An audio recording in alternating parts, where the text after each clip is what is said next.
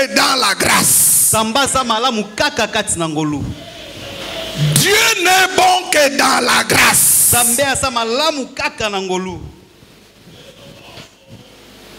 Dieu c'est un Dieu de colère dans la loi.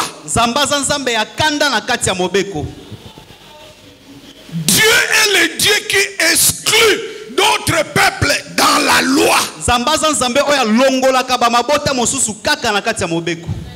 Dieu de la loi, il ne travaille qu'avec un seul peuple. Mais le Dieu de la grâce, le Dieu de la grâce, il prend tous les peuples du monde, il les sauve, il les rassemble dans un lieu appelé Église. Voilà le Dieu qu'il vous faut. Voilà le Dieu qu'il vous faut. Le Dieu de la grâce. Il commence d'abord à pardonner le péché du peuple. Lorsque Dieu est dans la loi, quand Israël pêche, qu'est-ce que Dieu fait? Comme les bergers.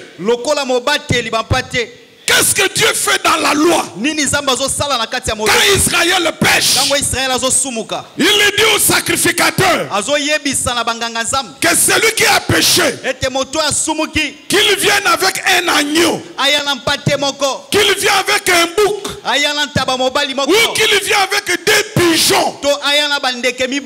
Dans la loi, quand le peuple péchait, le peuple d'Israël, Dieu demandait pour la vie de celui qui vient de pécher, on tuait un animal, c'est-à-dire l'animal, un agneau, un bouc mourait à la place de l'homme dans la loi. Là, vous avez compris? Donc, comme Dieu est berger dans la loi, quand quelqu'un pêche, Dieu regarde dans le troupeau. Il prend un animal. Il dit prenez ça. Tuez ça. Pour le pardon du péché de celui qui vient de pécher. Là c'est dans la loi. Là c'est dans la loi. Pour la vie du peuple d'Israël, c'est l'animal qui mourait. Mais dans la grâce, mais dans la grâce, mais dans la grâce, pour tes péchés, on n'a pas pris dans le troupeau. Non, lui-même, il a dit, je viens, je donne ma vie. C'est pourquoi dans la grâce, il n'est pas le berger, mais dans la grâce, il est le bon berger. Le bon berger. Le bon berger. Et lui-même il dit, je suis le bon berger parce que je donne ma vie. Alléluia. On doit vous expliquer ces choses comment. Pourquoi vous aimez toujours adorer les dieux de la loi? Pourquoi? Pourquoi dans votre bouche c'est toujours Jéhovah Sabaoth, Jéhovah Jireh, Jéhovah Roi, Jéhovah Tsidkenu, Jéhovah Shammah, Jéhovah quoi encore? Jéhovah Nissi. Jéhovah quoi? Jéhovah Rapha.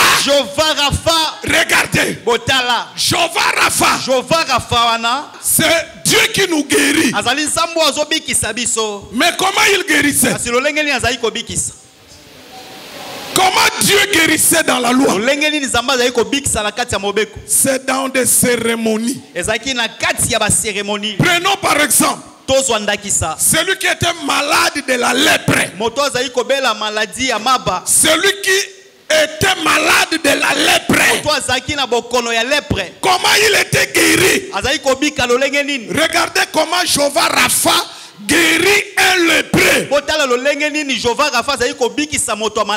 Il te dit, viens avec un animal.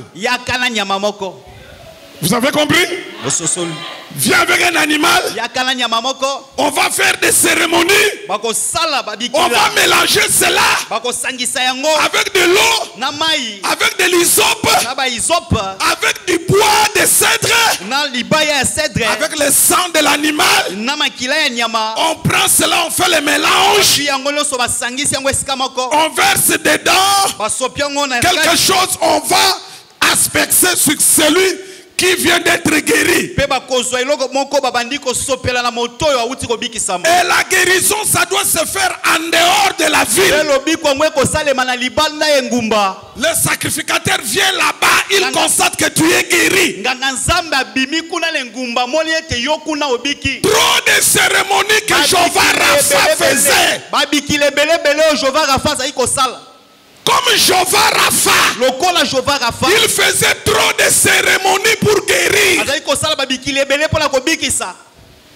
Mais quand il vient dans la grâce, Esaïe dit, par ces meurtrissures nous sommes guéris. Par ces meurtrissures, nous sommes guéris. Amen. La guérison dans la loi avec Jéhovah Rapha, c'était compliqué. Trop de cérémonies. Mais la guérison dans la grâce avec Jésus, tu crois qu'il a été blessé pour mes maladies. Tu es guéri. Tu es guéri. Tu es guéri. C'est pourquoi Jéhovah Rapha dans la loi devient Jésus-Christ par ses meurtrissures. Bon, vous voulez qui? Vous voulez adorer qui? Jéhovah Rapha. Mais Jéhovah Rapha ne vous connaît même pas. Il ne vous a jamais guéri en tant que Jéhovah Rapha. Comme Jéhovah Rapha, il guérissait Israël. Mais comme Jésus, il guérit les nations. Que Jésus par tes meurtrissures, ma soeur, t'accorde toute la guérison et qu'il restaure ta santé. L'église n'a jamais été enseignée. L'église de la RDC, je vous dis la vérité. Je dis bien, l'église de la RDC n'a jamais été enseignée. Jamais du tout. Tout ce qu'ils faisaient, nos aînés, tout ce qu'ils faisaient avant, dans les années 80, 90, années 2000, 2010, tout ce que nos grands la faisaient, ce n'est pas enseigner l'église. Ils ont mis du désordre dans leurs enseignements. Regardez, on invite des pasteurs qui viennent des États-Unis, du Nigeria, partout. Aux États-Unis, on lui fait payer les billets, on l'amène ici, on le loge. Il vient prêcher quoi? Il se met devant les hommes pour prêcher les gens le leadership. Leadership. Qu'est-ce que ça a à voir dans l'église? On vous donne beaucoup de critères comment être un leadership. C'est des enseignements bidons. Je pèse mes mots. C'est des enseignements des égoïstes. Des enseignements de cupides. Le seul enseignement du leadership en Jésus. Jésus dit, tu veux être grand plus que les autres. Tu veux diriger les autres. Sois leur serviteur. C'est tout. Sois leur serviteur. Oh, quand tu vises grand, mais on te dit, sers les autres pour les faire. Pour arriver à le faire. Pour arriver à être le serviteur des autres. C'est là où on doit reconnaître que celui-ci c'est un vrai enfant de Dieu. Parce que devenir le serviteur des autres, ça veut dire que tu dois t'humilier. Or pour s'humilier, tu dois avoir de l'amour dans le cœur. Pour être un vrai leader, un vrai conducteur, un seul critère, avoir la dose de l'amour dans le cœur. C'est le seul enseignement pour être leadership. Aimer Jésus, aimer la grâce. Sans la grâce, on ne pouvait pas se retrouver comme ça. Sans la grâce, on ne pouvait pas se rassembler comme ça. Quelqu'un me comprend? Amen. Regardez. Le nom et le titre. On termine aujourd'hui cet enseignement. Suis-moi très bien. Je dis que dans la grâce, il y a un seul nom. C'est le nom de Jésus. Écoutez bien, Église. Le nom dans la loi. Le nom de Dieu dans la loi, c'est Yahweh. Les autres appellent ça Jéhovah. On a traduit en français éternel. C'est le seul nom dans la loi. Par exemple, quand on dit Jéhovah Nissi, Jéhovah Rapha, ce sont des titres. Écoutez bien. Comment ces titres ont été donnés à Dieu dans la loi? C'est quand Dieu faisait quelque chose, alors l'homme maintenant donne le nom, le titre. Tous les Jéhovah, Jéhovah Nissi, Jéhovah Sabaoth, c'est l'homme qui donnait cela. Selon les circonstances. Mais le titre dans la grâce, le titre dans la grâce, c'est Jésus lui-même qui le disait. Il dit, je suis la résurrection. Je suis le bon berger. Je suis la vérité. Le but de ces enseignements, c'est d'enlever votre adoration dans la loi. C'est de vous amener dans l'adoration de la grâce. Et non de Yahweh. D'autres appellent ça Jéhovah. C'est dans la loi. Dans la grâce. Écoutez bien. Parce que j'ai finalement compris que d'autres personnes ont les oreilles non pas pour entendre. J'ai fini par comprendre. C'est pourquoi Jésus disait toujours que celui qui a les oreilles entende. Parce que certaines oreilles ne sont pas faites pour entendre. Les autres oreilles sont faites pour embellir la tête, donner la forme à la tête. Mais je veux que tes oreilles puissent être pour écouter. Retenez cela. Enlevez dans vos bouches le nom Yahweh, le nom Jéhovah, le nom éternel. Enlevez cela. Pourquoi? Parce que ce nom nous conduisait vers le nom de Jésus. Le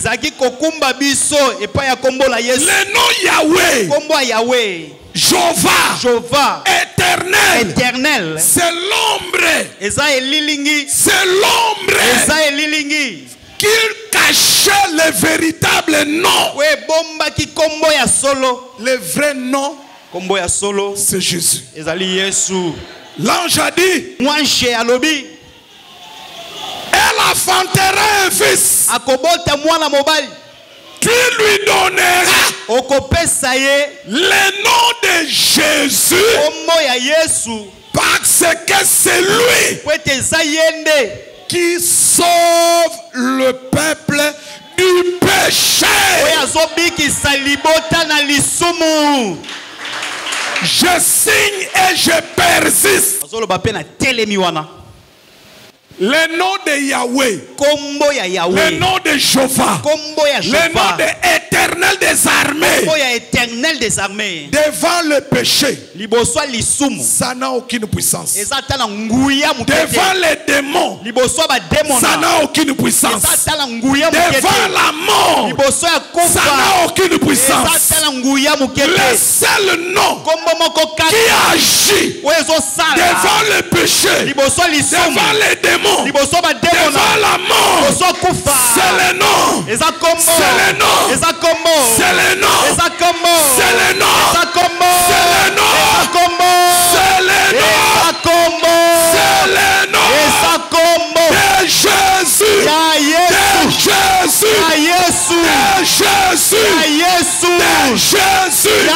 Le seul nom. Pourquoi il n'y a que le nom de Jésus? Parce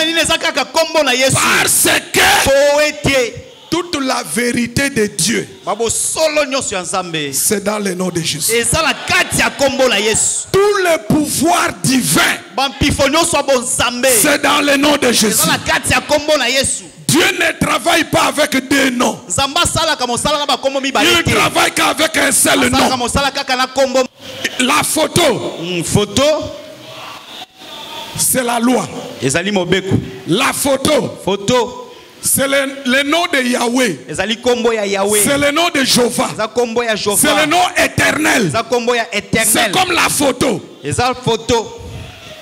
La réalité de cette photo, c'est Jésus. En dehors de Jésus, il n'y a pas de réalité. En dehors de Jésus, c'est l'ombre, c'est la loi. Et l'église ne peut plus adorer le Dieu de la loi. Adorer le Dieu de la loi.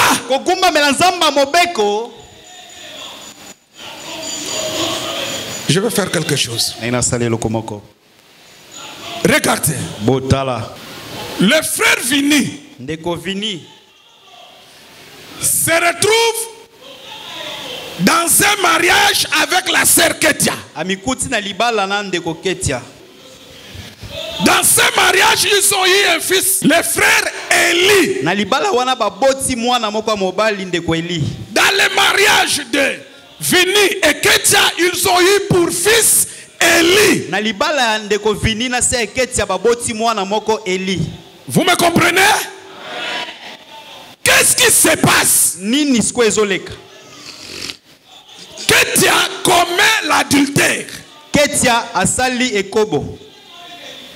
Elle elle est une femme mariée, elle sort avec un autre homme. Vous avez compris? Or, la loi dit, si l'homme peut divorcer qu'en cas de quoi d'adieu, alors Vini va se séparer, va divorcer avec Ketia.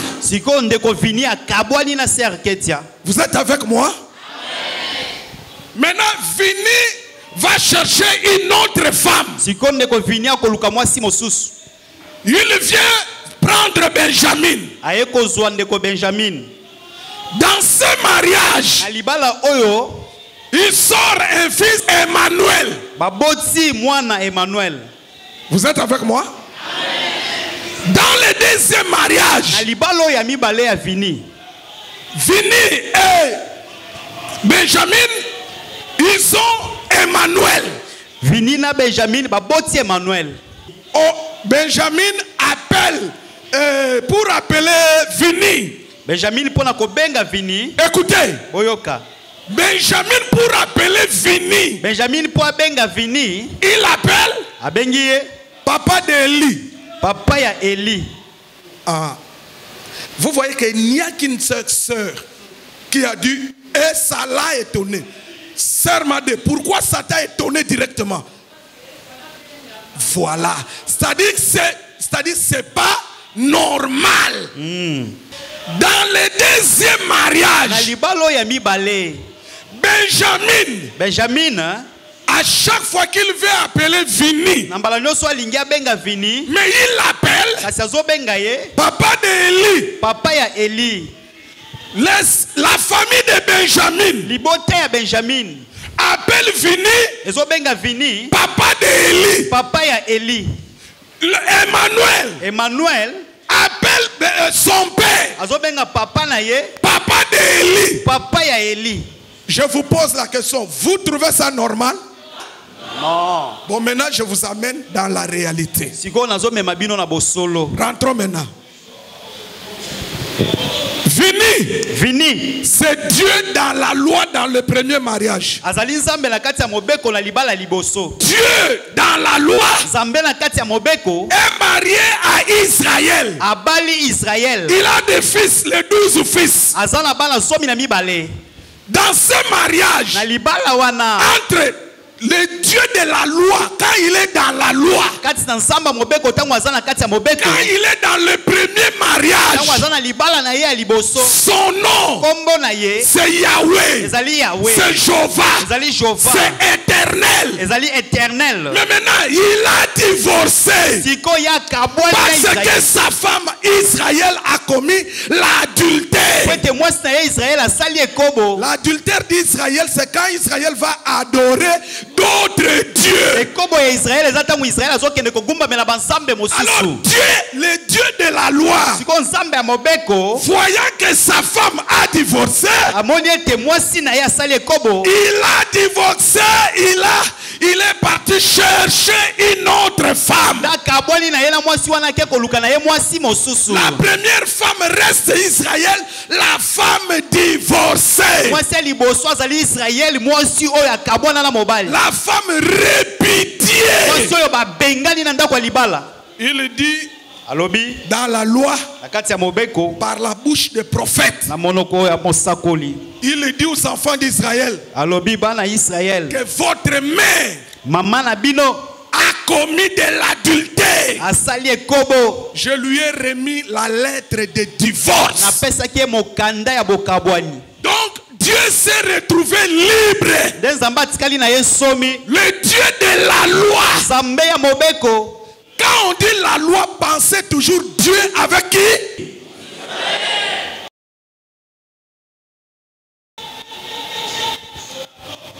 Que Dieu vous bénisse. Dieu est resté célibataire pendant des années. Il a dit, je dois me marier. Il dit, comme la première femme Israël a commis de l'adultère, Dieu dit, je dois aller me chercher une autre femme. Comment Dieu fait? Il quitte Israël. Il va passer chez une autre femme. Mais il y a une condition. Dieu de la loi ne peut pas quitter dans son état de la loi. Il va chercher une autre femme. Non, ça ne va pas tenir. Est-ce que vous avez compris? Parce que si Dieu, s'il garde la nature de la loi, les femmes n'aiment pas là où il y a des lois. Les femmes n'aiment pas là où il y a des interdits. Or, dans ces mariages, il y avait trop d'interdits. Tu ne mangeras pas le sang. Tu ne mangeras pas les rats. Tu ne mangeras pas les serpents. Le Dieu, le mari de la loi, a beaucoup donné des interdits à cette femme. Tu ne peux pas faire ceci. Tu ne peux pas toucher à ça. Les femmes n'aiment pas ça. C'est pourquoi j'ai dit les femmes n'aiment pas les interdits. C'est pourquoi en Éden, la femme a fait ce que Dieu a interdit. C'est la nature de la femme. Si tu veux divorcer, frère, ou si tu veux que les filles puissent te fuir, sois seulement un homme de la loi. Les gobelins ici, là-bas. Tu ne rentres pas à 19h. Tu ne peux pas aller au marché. Tu ne peux pas avoir des amis. Si tu commences comme ça, la fille va dire, Mbadi, je suis parti. Le Dieu de la loi, nous devons l'appeler Nzamba Makambwa Makasi. Et puis, pourquoi la femme Israël a triché? Romain dit, la loi, là où il y a des lois, ça produit la colère. Le Dieu de la loi, dans le premier mariage, c'était un Dieu de colère. Si sa femme bouge, il frappe. Si ses enfants bougent, il tue. Un père qui tuait ses fils dans la loi, Uza veut toucher l'âge, il tue. Les fils d'Élie, Ophné et Phiné, ils ont péché. Leur père, le Dieu de la loi, les tue en pleine guerre avec l'arche. Allez lui permettre que l'arche puisse aller chez les Philistins. Laissez l'arche aller chez les Philistins. C'est exactement comme un homme marié qui prend son lit, qu'il donne ça à ses voisins. Vous trouvez ça normal? Vous trouvez ça normal? Maintenant regardez. Dieu s'est dit ceci. Comme mon premier mariage a échoué, il dit oui, mais c'est à cause de la loi. Parce que j'ai donné aussi à cette femme beaucoup des interdits. Il dit mais je dois faire quoi maintenant? je dois changer de façon. Je dois me marier, mais il faut que mon deuxième mariage puisse être un mariage éternel. Que je ne puisse plus divorcer.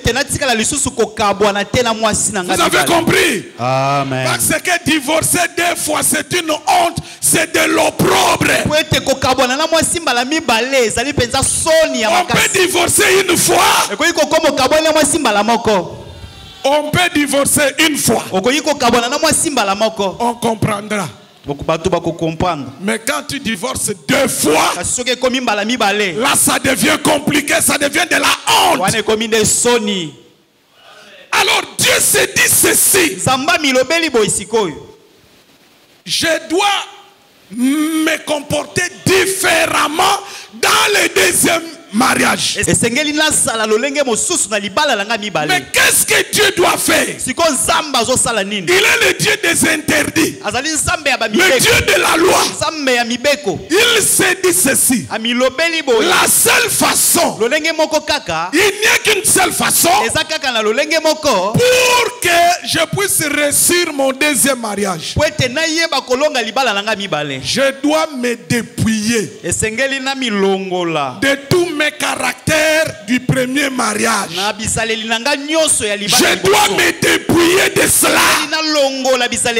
Or, la seule façon que le Dieu de la loi peut se dépouiller de son état de la loi, il fallait que Dieu devienne un homme et que cet homme-là puisse mourir.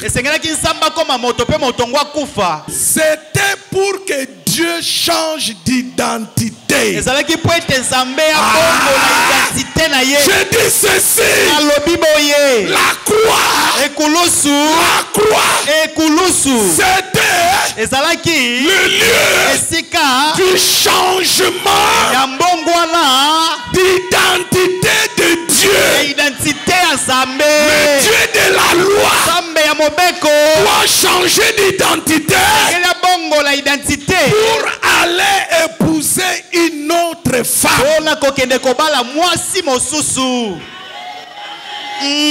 Apôtre. Est-ce que vous comprenez? Amen. Maintenant, il est passé par la croix. C'est-à-dire, il s'est dépouillé du caractère de la loi. Maintenant, quand il vient ici, dans le deuxième mariage, il n'est plus le Dieu de la loi. La loi a pris fin à la croix. On doit vous dire ces choses comment? Sincèrement, vous voulez qu'on vous explique ça comment?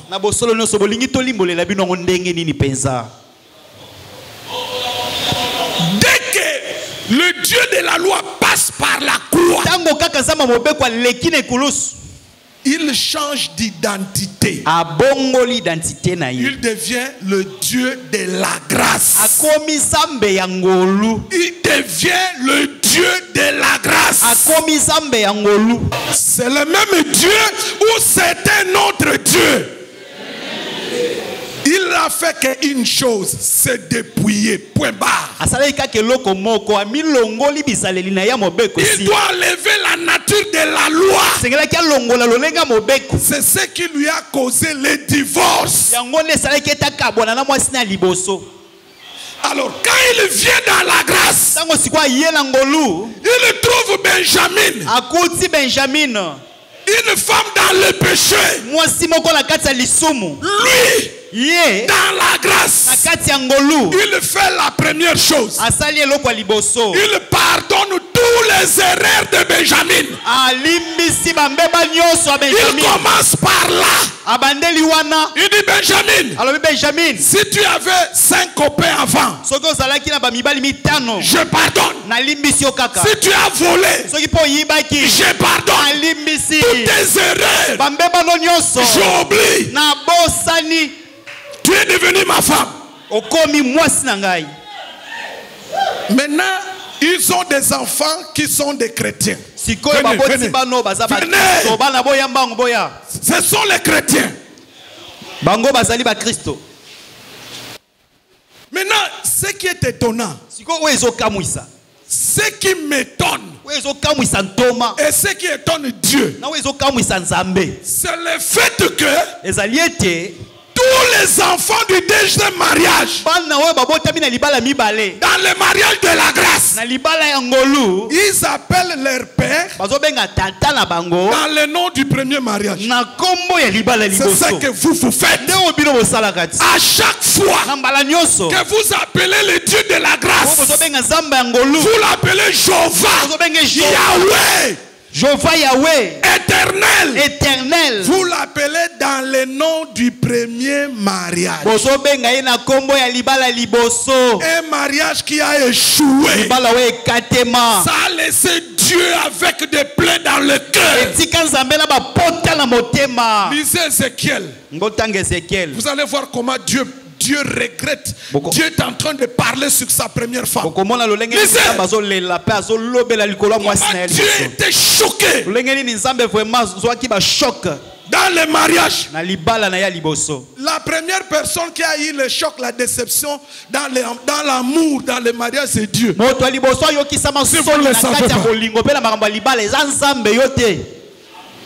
C'est Dieu. Sa première femme l'avait trompé. Vous me comprenez? Mais chose étonnante, la femme de Dieu qui est Benjamin, c'est-à-dire l'église, avec ses fils les chrétiens, ils appellent leur père. Benjamin qui est l'église appelle son mari dans le nom du premier mariage. Éternel, le Dieu de la loi, Yahweh, Jéhovah Sabaoth, Jéhovah Nissi, Jéhovah Tsidkenu. Quand vous, à chaque fois que vous appelez Dieu comme ça, vous le remettez dans le premier mariage. Dieu n'a pas besoin maintenant de rentrer dans le premier mariage. Pour que Dieu soit fidèle, il se marie qu'à une seule femme. Dieu n'est pas un polygame. Dieu n'est pas un polygame. Avant que Dieu ne vienne prendre la deuxième femme, il fallait qu'il répudie d'abord la première femme. Dieu a chassé Israël. Aujourd'hui dans la maison de Dieu, c'est une femme qui est appelée Église. Et ses fils sont appelés des chrétiens. Adorez votre Père dans le nom de la grâce. Et quand il vient dans la grâce, voici son nom. Son nom c'est Jésus. Ce titre, le bon berger,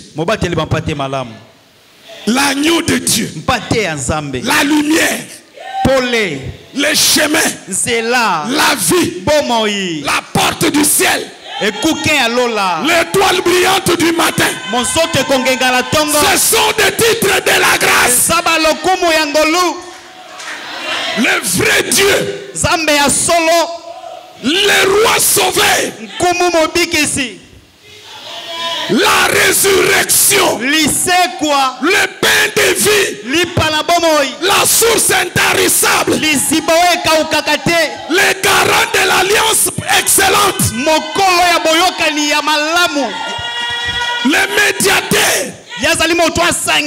Tout ça, ce sont les titres dans la grâce. Mais qu'est-ce que vous faites? Vous abandonnez le titre de la grâce. Vous l'appelez toujours dans le titre de la loi. Est-ce que quelqu'un peut prendre une décision aujourd'hui? Je vais commencer à adorer Jésus selon la grâce. Est-ce que quelqu'un peut prendre cette décision? À donner à Jésus la gloire de la grâce.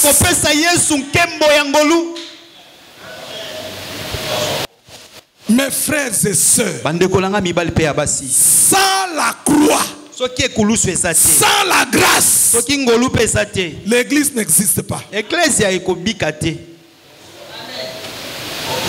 Quelqu'un me comprend? Amen. Maintenant, vous pouvez rentrer. Vous pouvez rentrer. Que Dieu vous bénisse. Le vrai adorateur.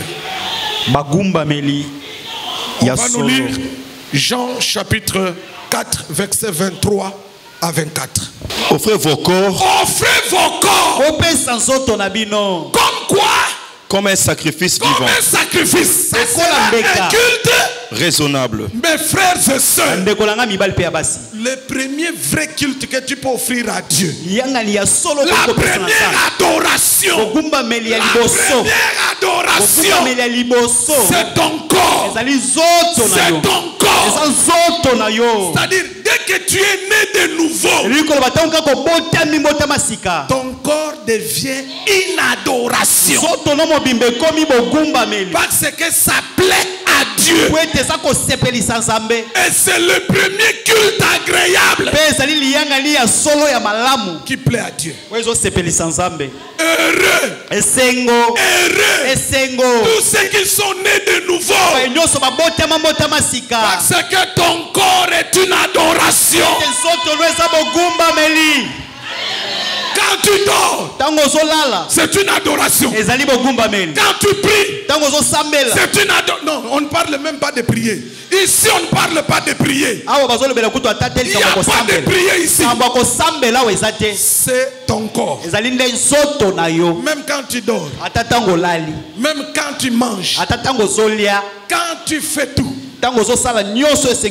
tout ce qui est bien, ton corps est une adoration. C'est ça la première condition dans la vraie adoration. Heureux tous ceux qui dans leur corps est une adoration. Heureux tous ceux leur corps dont leur corps est un culte agréable. Regardez, ça c'est le péché. Tu es né de nouveau. Ça c'est le péché. Tu évites des péchés. Pour toi, tu crois que tu as évité seulement des péchés. Mais pour Dieu, tu as adoré. Pour Dieu, tu as adoré. Tu as dit le Dieu saint. Moi aussi, je suis saint. Quelqu'un me comprend? Amen. Première condition pour entrer dans la vraie adoration. Pour être un vrai adorateur, il faut naître de nouveau. Donner sa vie à Jésus. Deuxième étape. Hébreux 13, verset 15. Est-ce qu'on peut acclamer pour la parole?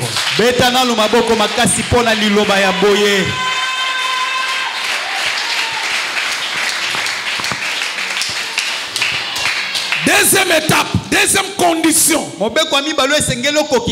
la vraie adoration,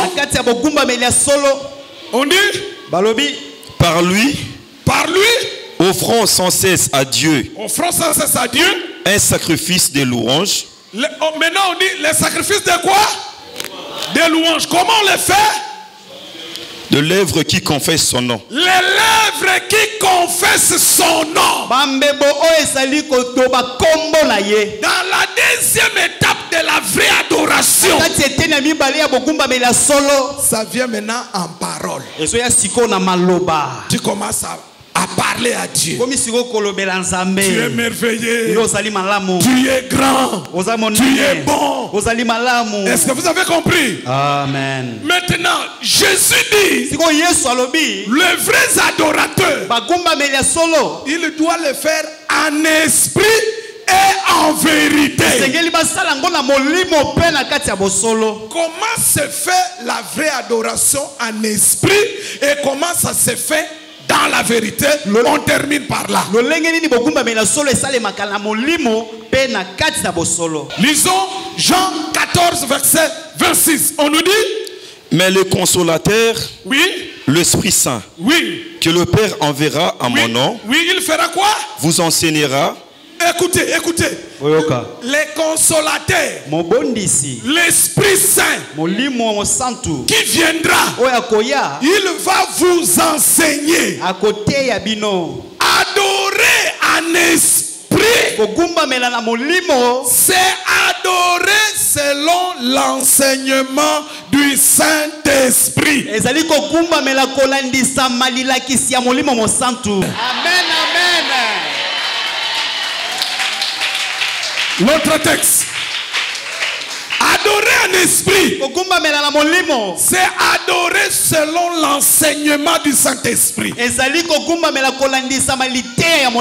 Jésus a dit, quand le Saint-Esprit viendra, il va vous enseigner. L'enseignement vient du Saint-Esprit. Jean 16, verset 13 à 14. Écoutez ce que Jésus dit encore. Quand le consolateur sera venu, oui, quand le Saint-Esprit viendra, oui, l'Esprit de vérité, ici il l'appelle l'Esprit de vérité. Il fera quoi? Il vous conduira dans toute la vérité. Le Saint-Esprit, son enseignement s'appelle la vérité. Le Saint-Esprit conduit vers la vérité. Église, le Saint-Esprit conduit vers qui? Qui est la vérité? Qui est la vérité?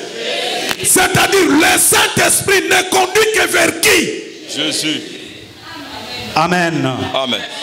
Le Saint-Esprit ne conduit pas vers le Dieu de la loi. Non. Le Saint-Esprit conduit le peuple vers Jésus. Verset 14. Jésus l'a dit.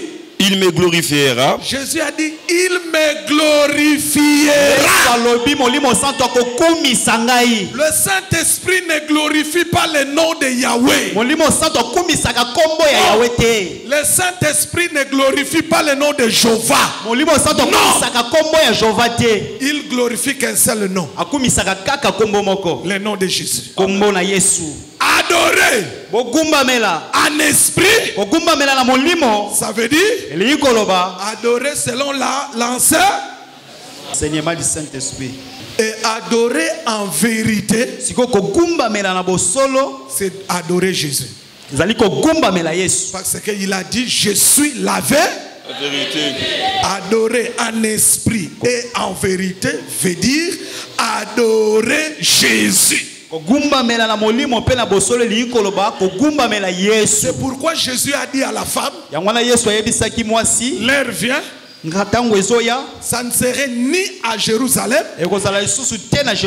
À Jérusalem, on adore dans le temple le Dieu de la loi. Et l'adoration de la loi à Jérusalem, ça se faisait sur l'autel. L'autel des holocaustes. L'autel des holocaustes dans le temple, c'est le lieu du culte, de l'adoration. Maintenant, à Samarie, on adorait à la montagne. Là où Jacob a adoré. Parce que la femme a dit à Jésus, nos pères ont adoré où? À la montagne. Maintenant Jésus dit, femme, la vraie adoration, ce n'est plus à Jérusalem, selon la loi, ce n'est plus par les coutumes des pères, mais c'est à moi Jésus, parce que je suis la vérité.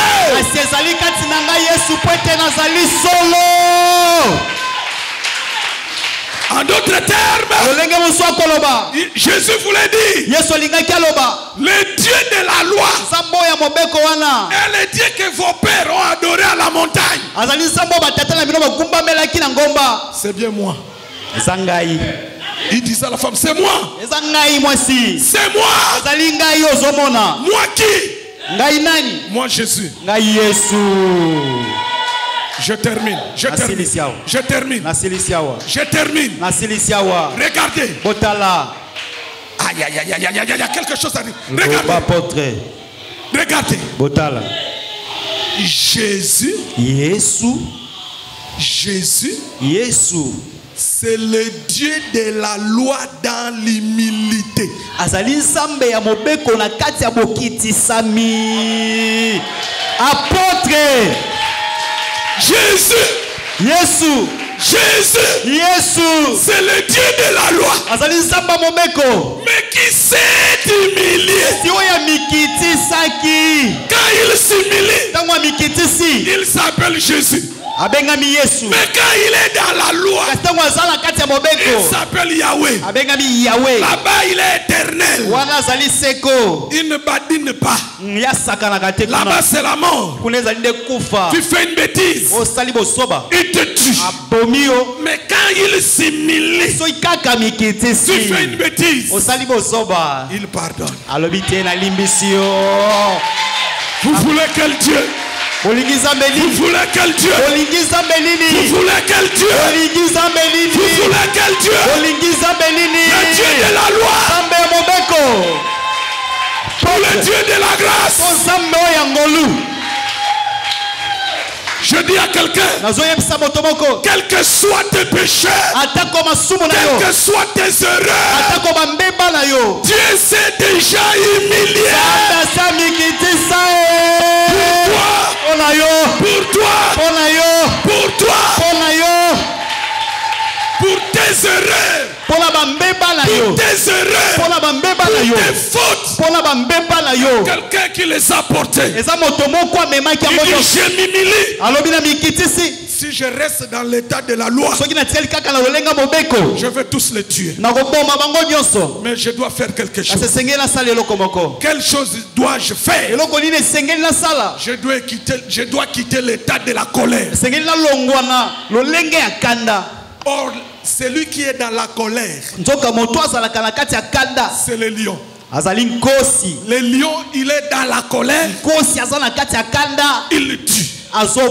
Il tue. Mais pour que les lions ne puissent plus tuer, pour que les lions ne tuent plus, il doit s'humilier. Quand les lions s'humilient, il devient agneau. Quand il devient l'agneau, c'est le pardon. C'est le pardon. Apôtre. Quand il est le lion, il tue. Il est dans la colère. Mais pour te donner la vie, il ne reste pas le lion. Il doit rencontrer Samson. Samson doit le tuer. Après 3 jours, Samson passe. Il y a des miels. Il y a le miel dedans. Il y a le miel dedans. Qui est Jésus? Jésus, c'est le miel qui sort du corps du lion. Apôtre, enseigne encore. Jésus, c'est quoi la grâce? Les lions, c'est la loi. Les lions, c'est la loi. Il tue. Il donne des interdits. Il ne peut pas sauver. Quand il est le lion, il rugit. Les gens fuient. Mais pour sauver, il devient la grâce. Or la grâce se retrouve toujours dans les lions. C'est le miel qui est dans les lions. Mais pour que Samson puisse prendre le miel, il faut que les lions meurent. Si les lions ne meurent pas, il n'y a pas de miel. Il n'y a pas de miel. Il n'y a pas de miel. Or le lion qui est mort, c'est le Dieu de la loi qui est mort à la croix pour donner naissance au miel qui est le Dieu de la grâce. Amen. Apôtre Motei. Vous voulez quel Dieu? De la grâce. Vous voulez quel Dieu? De la grâce. Amen. Adorez-lui dans les noms et dans les titres de la grâce. Faites-lui plaisir. Appelez-lui dans les noms et les titres du deuxième mariage. Cessez d'appeler votre père Nakombo Ndeko Nabino. Il est vrai que Israël, ce sont nos frères. Ils sont nés d'une autre mère. Leur mère s'appelle Israël. C'est dans le premier mariage. Il est vrai que leur mère a commis l'adultère. Notre père est venu se marier avec notre mère. Notre mère, c'est l'église. Wow. Vous avez compris? Amen. Que Dieu bénisse sa parole dans vos cœurs.